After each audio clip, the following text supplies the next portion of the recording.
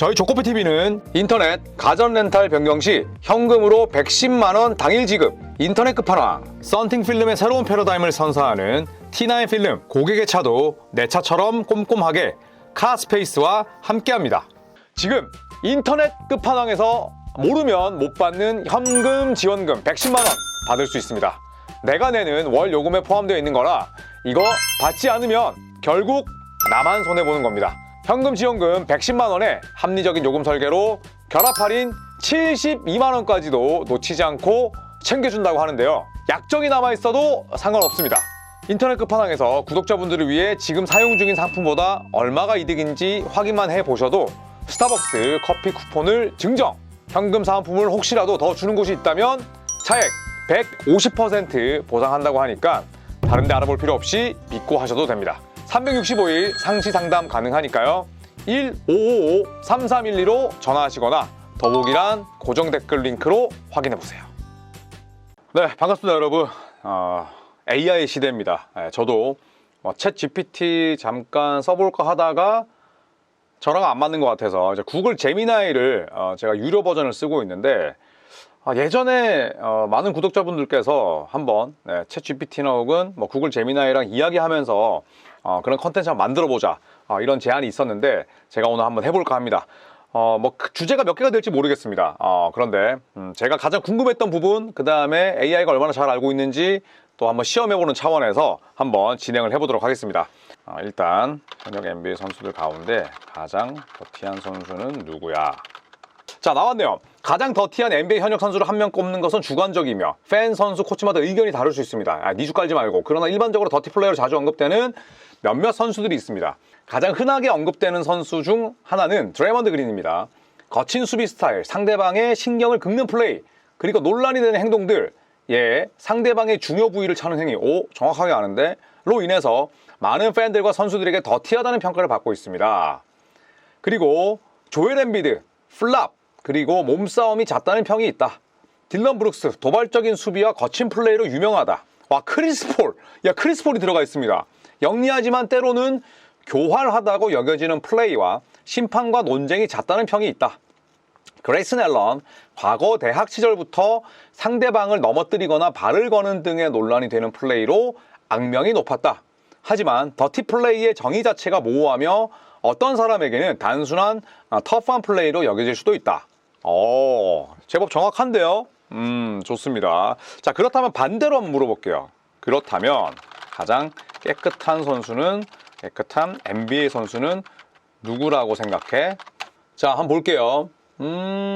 가장 자주 언급되는 선수 중 하나는 스테픈 커리입니다. 뛰어난 실력뿐만 아니라 코트 안팎에서 겸손하고 긍정적인 태도로 많은 팬들의 존경을 받습니다. NBA 스포츠맨십 상을 수상한 적도 있습니다. 최근에 NBA 스포츠맨십 상을 수상한 선수들을 보면 깨끗한 플레이어의 기준을 엿볼 수 있습니다. 마이크 코니, NBA 스포츠맨십 상을 4번 수상하며 역대 최당 수상 기록을 가지고 있다. 꾸준히 모범적인 스포츠맨십을 보여왔다는 걸 의미한다. 그리고 드루 할러데이 있고요. 패티 밀스 있고 타이리스 맥시도 꼽혔네요. 자, 이외에도 팀 던컨, 스티브 내쉬, 케빈 듀란트 등도 깨끗한 플레이와 좋은 스포츠맨십으로 자주 언급되는 선수들입니다.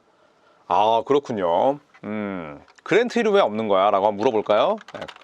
그랜트 힐은 왜 없어? 왜냐면 팀 던컨이 은퇴 선수이기 때문에. 나오네요. 제가 드린 답변에서 그를 언급하지 않은 건 제 실수였습니다. 실수가 반복되면 실력이야, 이 자식아. 그는 실제로 NBA 스포츠맨십 상을 3번 수상했습니다. 2005년, 2008년, 2010년. 이는 마이크 콘리 다음으로 역대 2번째로 많은 수상 기록이다. 커리어 내내 뛰어난 인성과 페어플레이 정신으로 존경받았으며 부상으로 인한 어려움 속에서도 긍정적인 태도를 유지했다. 좋습니다. 그러니까 더티 플레이어, 또 깨끗한 플레이어를 살펴봤고, 자, 그렇다면 또 궁금한 게 있습니다. 하나 살펴볼까요?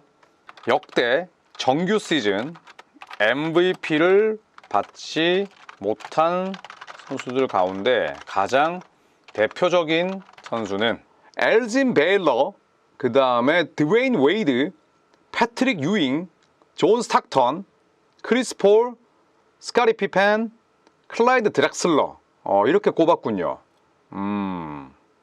그런데 정규 시즌 MVP를 받지 못한 선수들 가운데 가장 대표적인 선수는 제리 웨스트다.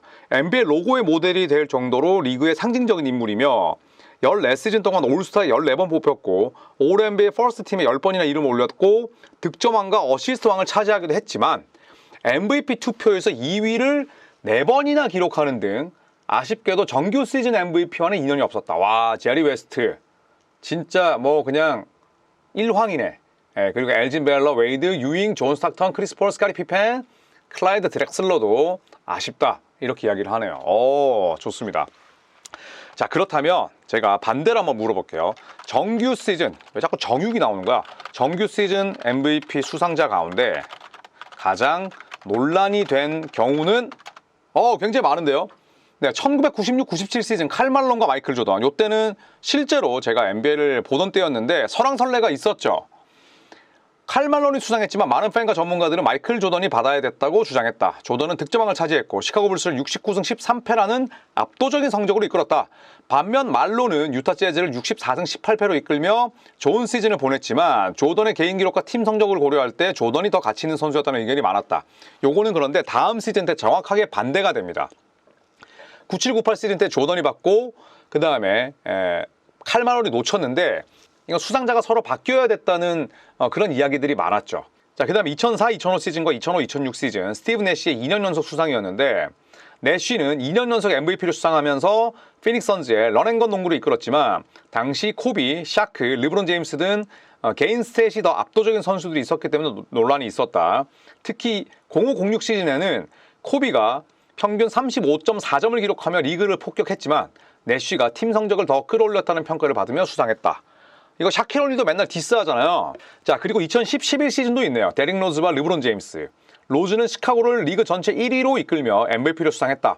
하지만 르브론은 개인 기록 면에서 로즈보다 더 뛰어나다는 평가를 받았고 로즈의 수상은 불스의 돌풍과 스토리가 크게 작용했다는 의견이 많았다. 이것도 실제로 이야기가 있었죠. 그리고 하나 빠진 게 바로 2008년의 코비 수상이었습니다.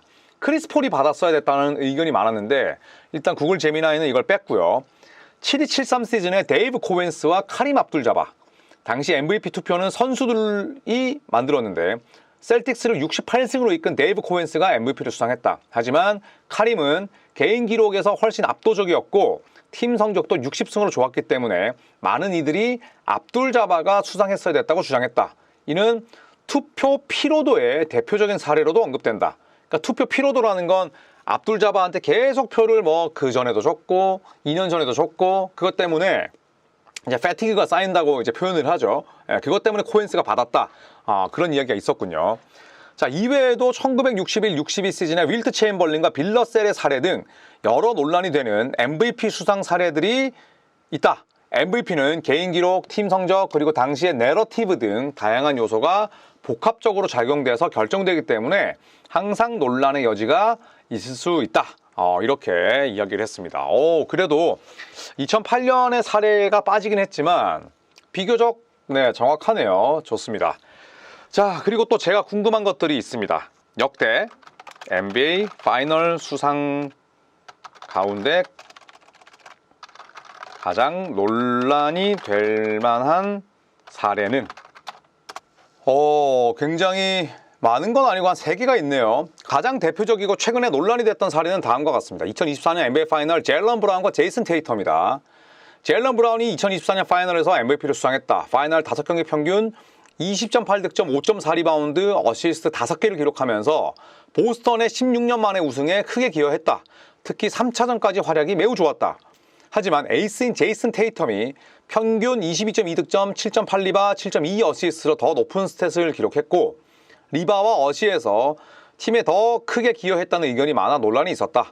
테이텀은 파이널 역사상 파이널 MVP를 받지 못한 선수 가운데 유일하게 20점, 10리바운드, 5어시스트 이상을 기록한 선수였다. 한 경기에서 말하는 건가? 평균 기록은 20득점에 10개 리바운드는 안 되는데 어쨌든 브라운의 수상이 스토리나 결정적인 순간의 활약에 더 초점이 맞춰졌다는 평가가 많았다. 나는 그렇게 생각하지 않는데 이거는 좀 제가 공감을 못하겠고요.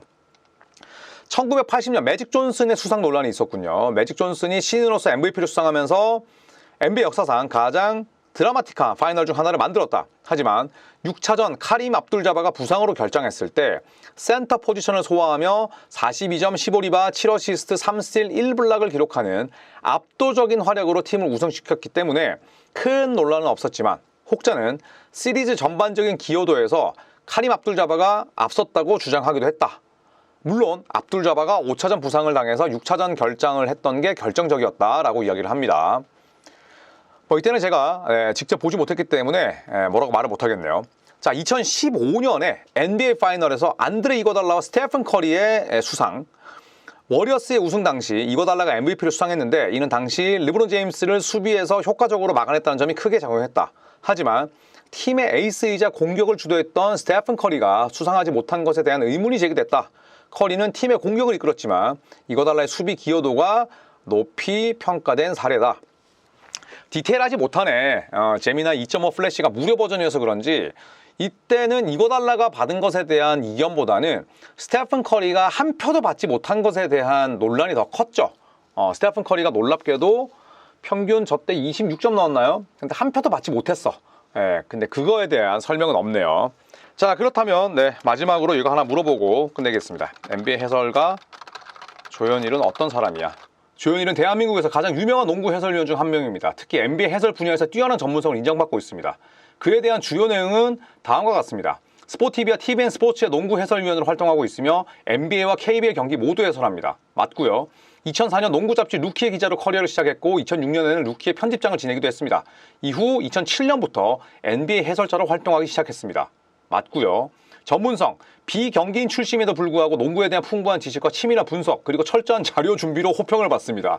중계 중 전술적인 용어를 번역 없이 사용하며 농구 팬들의 이해를 높이고 미국 본토의 농구 이론과 기술에 대한 설명이 뛰어나다는 평가를 받습니다. 자식 봐라. 활동, 해설 이외에도 유튜브 채널 조코피TV를 운영하며 주간 NBA 소식과 분석을 제공하고 NBA 팬들과 소통합니다. KBS 라디오 조선의 느바 패널로도 참여하고 있습니다. 그 채널 닫았습니다. 자, 특징, 목소리 톤과 발음이 좋다는 평을 받으며 평소 발음 연습도 꾸준히 한다고 합니다. 안 합니다. 시청자들의 반응을 의식하고 개선하려는 노력을 보인다고 알려져 있습니다. 반응은 하는데 개선을 위해서도 노력을 합니다. 과거 KBL 플레이오프 경기에서 심판 판정에 대해서 강하게 비판적인 의견을 표출해 주목받기도 했습니다. 쓸데없는 걸 그게 특징이냐? 그게 특징이냐? 어쨌든 종종 여러분께서 형 이거 한번 구글이랑 얘기해보세요. AI랑 한번 대화해보시죠. 이런 주제를 던져주시면 2탄을 만들도록 하겠습니다.